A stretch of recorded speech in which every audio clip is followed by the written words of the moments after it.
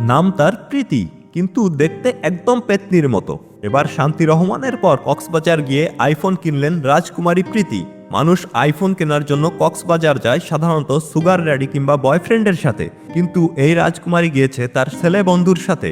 ভিডিওতে দেখা যায় কক্সবাজার একটি হোটেল রুমে তার ছেলে ফ্রেন্ডের সাথে বেশ ঢলাঢলি করছে। শশা আপার এক প্রতিবেদনে জানা গেছে প্রথম রাতেই নাকি তার বন্ধু তাকে আইফোন কিনে দিয়েছে, কিন্তু একজন ছেলে বন্ধু কি কারণে এতগুলো টাকা দিয়ে আইফোন কিনে দেবে, চলুন জেনে আসি বিস্তারিত।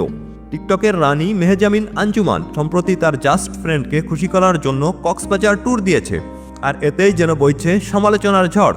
শুধু কি তাই, ভিডিওতে একজন নয় দুইজন ছেলে বন্ধু। একটা মেয়ে কতটা নিচে নামলে ছেলে বন্ধুর সাথে একা একাই কক্সবাজার যায় এবং সেখানে গিয়ে দিব্যি টিকটক ভিডিও করছে।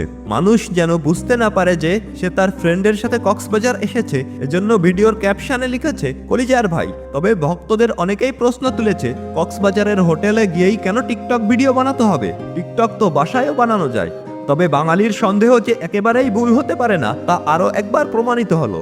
জানা গেছে টিকটকের শান্তি রহমান এবং শশা আপাকে দেখে অনুপ্রাণিত হয়েছেন মেহজাবিন আঞ্জুমান, কারণ শান্তি রহমান সর্বপ্রথম কক্সবাজার গিয়ে আইফোন কিনেছে।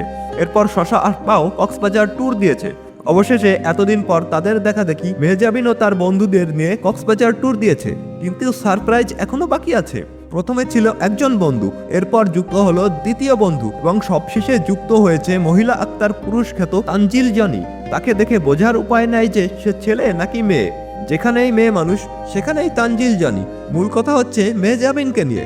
ভক্তদের মতে তারা মোটেও বন্ধু হতে পারে না, কারণ একজন বন্ধু কোনোভাবেই আরেকজন বন্ধুকে আইফোন কিনে দেবে না।